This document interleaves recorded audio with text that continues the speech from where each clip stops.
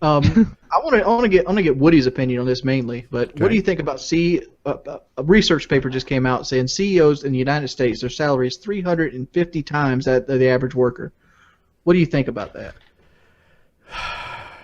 God. So I agree that it's a problem.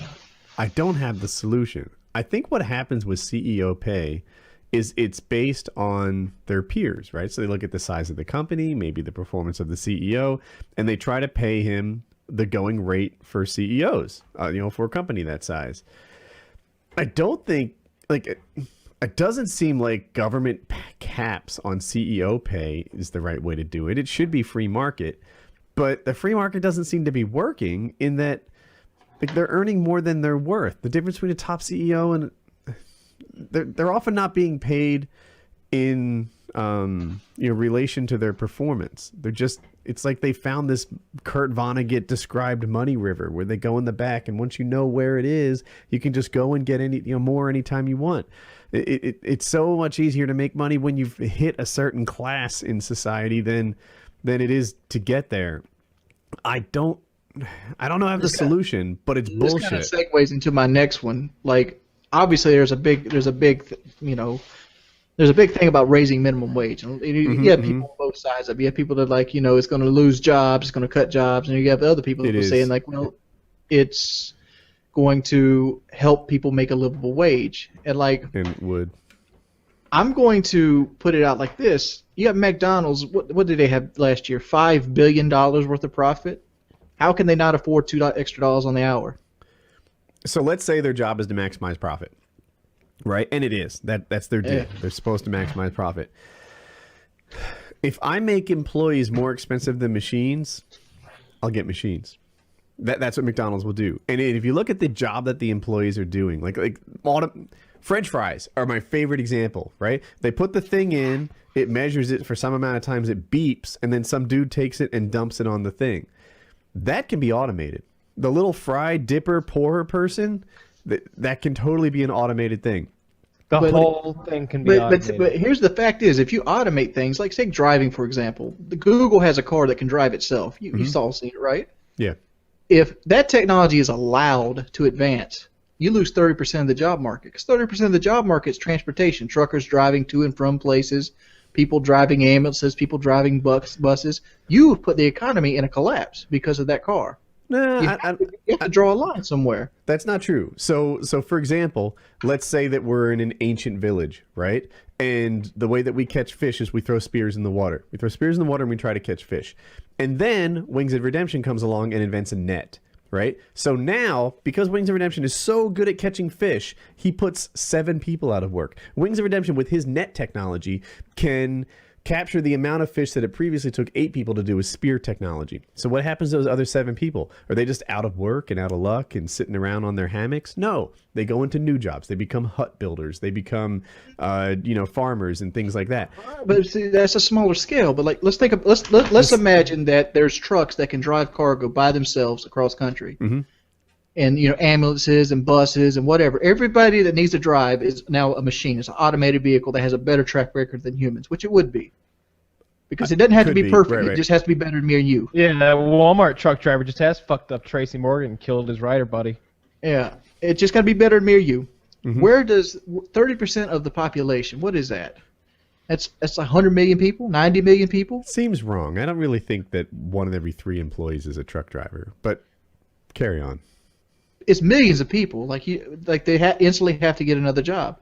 Like me, for example, I'm in a period where I'm in a job transfer. Like I have to figure out what I'm going to do in my life, and trucking is like one of the ideas that is right up there at the pinnacle of it, Uh-huh. because it's a job that you can go 2 or 3. You can go like a month and get a good CDL, and you're on the road. You could talk to Holiday Doc about that, by the way. I know he did it. I know you know him, but carry on. Yeah, but people that go into these kind of fields of transportation, they might not be able to do other things. Yeah, transportation is Yeah, very so subsidized. There's not 90 Employers. million jobs sitting there out there waiting for them to change over to. If there was, we wouldn't have unemployment as high as it is. Well, everyone thinks they can't do other stuff until they're hungry, right? And then they figure out something else they can do. It's definitely painful. It sucks, right? It sucks when your job is made obsolete or it doesn't pay as much as it once did. I had that in tech. It wasn't that computer people, not that pay ever went down, but it was harder and harder to get the kind of raises and promotions that you'd aspire for because of globalization, right? Computer programmers were on the forefront of jobs that they would just hire from India and China and, whatever, Eastern Europe countries, stuff like that. So Russia, it just is it's easy. You think they move factories around? They'll move programmers around all the time. They think of them as like Lego blocks, like interchangeable logic machines. And they just, drop this American programmer who works at $150 an hour, hire that one that's 15. I hardly care if he's slower or not as good. I can get 6 of them cheaper than I can get an American, which is about roughly right. So there has to be a drawing point. That's the point, though. There has to be a point where you have to stop that and say, we're just going to do it inefficiently. But if you do that, it's a global economy, right? So what you're suggesting is that American goods are always more expensive and always less competitive, and it will be so cheap to import things from Germany, who allows semi-free transportation or at least low price, whereas Americans will always have to operate at a competitive disadvantage because we have to pay salaries and healthcare and things like that. Let me use an example. I understand where you're coming from, but let's use the example of horses. In the 1900s, horses did everything. They pulled carts. They pulled the plow on the farm. They took you to and from town. Horses were very important to the society in the 1900s, the very beginning of them. Mm-hmm. Would you agree with this? Yeah, I see where you're going, but carry on. Then the automobile comes out and replaces them entirely. Right. If you allow things to replace on the level of like McDonald's fries, you allow them to put a machine in place of that human, you destroy so many jobs that it shouldn't be allowed. I think it should, though. And it's that, I will admit that horses lack ambition and horses don't have. They're not lazy, though. No, but they're not adaptable either, like people are. And if you think about all the people that were in the horse industry, the buggy makers, the whip makers, the bridle makers, and the saddle makers, they all found new things to make and do. And that's what would happen too. If people couldn't drive trucks anymore, they would get into manufacturing, or maybe they would pick up a more complicated skill. Who knows? Right now, the travel attendant business has been wiped out. All those people who used to be, did I say travel attendant? I meant travel agents. Thank you. Yeah, travel agents have been wiped out, and all the people who would potentially be travel agents have found other jobs that they can land themselves in, and that's what will happen if we automate truck driving. Now with the minimum wage thing, that's a tougher deal. I'll exaggerate to make a point. If we were to make minimum wage $50, right? No one's talking about that. But hypothetically, those jobs would be so wiped out and automated. They would do everything. It'd be so much cheaper to replace that job entirely at $50 an hour that they would do it. And, but if you make it $15 an hour, I'm not quite sure what the answer is. It's somewhere in between today and 15. I don't know what it is exactly. I like minimum wage going up. I think that, perhaps it's too low now compared to where it needs to be. But if you participate in a global economy, you really will lose jobs. People really will take this stuff and put it overseas. So basically, McDonald's has got everybody bent over. It's like, we're either going to make $5 billion in profits, or we're going to make people lose jobs and be on the government. Absolutely. If you think that the drive-through operator at a McDonald's can't be sitting in an Indian call center, then you haven't thought it through yet, because that can absolutely happen. And that guy will do it for $4 a day.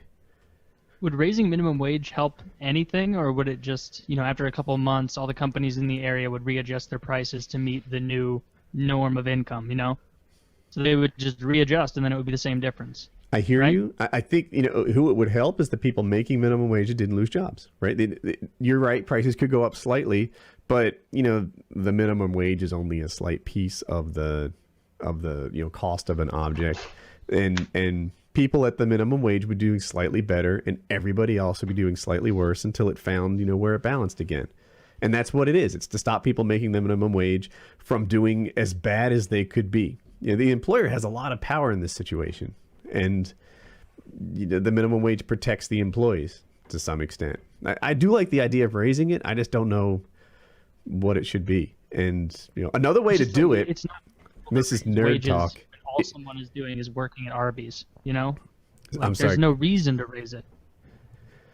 if you want to help them, and other people won't like this, and it's not sexy, it's hard to sell, but you could raise the earned income credit, right? Earned income credit is a tax bonus pretty much that you hand back to people. It's essentially the government paying them to work. If the government paid minimum wage people $1 an hour of their salary, then that would flat out be like, you know, the income redistribution that we're sort of talking by raising prices to pay them. And it would not do anything that incentivizes employers to either remove the job or move it overseas, right? So if you raise the earned income credit, that would be a foolproof way of getting these guys more money without causing companies to, like I said, automate or push jobs overseas. But if I'm selling that, subsidizing their pay, right? Or am I missing it? No, you're not missing it at all. That's exactly what it is. But just raising minimum wage is going to have downsides in terms of fewer jobs, and you know, maybe we live with those. Maybe that's the right way to go. God, it's a hard problem to solve. It's not obvious. If it was, they'd do it. I mean, I understand it's not obvious, but even the idea I have is like you force the company to do it. Well, they'll just go overseas to another country that won't force them. You talking about if they raise the minimum wage here, they'll push jobs overseas? No, I'm talking about, like, let's say you went to McDonald's, like, look here, you got to do this or you can't take part in our agriculture. They'll just take their job and go somewhere else. I'm still... Because, all right, let me try to explain it easier. All right, McDonald's makes $5 billion in profit. Okay. All right, we go to McDonald's as the government, and we go, we need you to do these, and you can't do this, and you have to do this, even though it hurts you. Well, they're just going to pack their bags and go to another country. Maybe. Well, McDonald's won't leave. Yeah, there's a tremendous amount of wealth in America, for other, and it's a great market to be in. It's like about the automation. Like I seen a video where they talked about Watson. You ever seen Watson? He was on Jeopardy, like a computer that was yeah. Well, that computer is actually designed to be a medical doctor, because what they're trying to do is they're trying to make it so there's like a app you can buy on your phone that you can put your symptoms in and it'd be correct 95% of the time. Well, the human doctor is correct something like 76% of the time. And like that's what they're trying to do with Watson, to make a computer to make an app so you can replace doctors on the basic level of like family physicians. I'm not replacing my doctor to quantify their own. Yeah. I would not use that. Like, I wouldn't trust myself to quantify my own symptoms, you know? Like, is it a aching in my head or more of a, you know, or whatever you would say? But I've been saying, like, there's a big difference there. It's just that it doesn't have to be better. It just has to be better than us. I worked on a system like that once. I was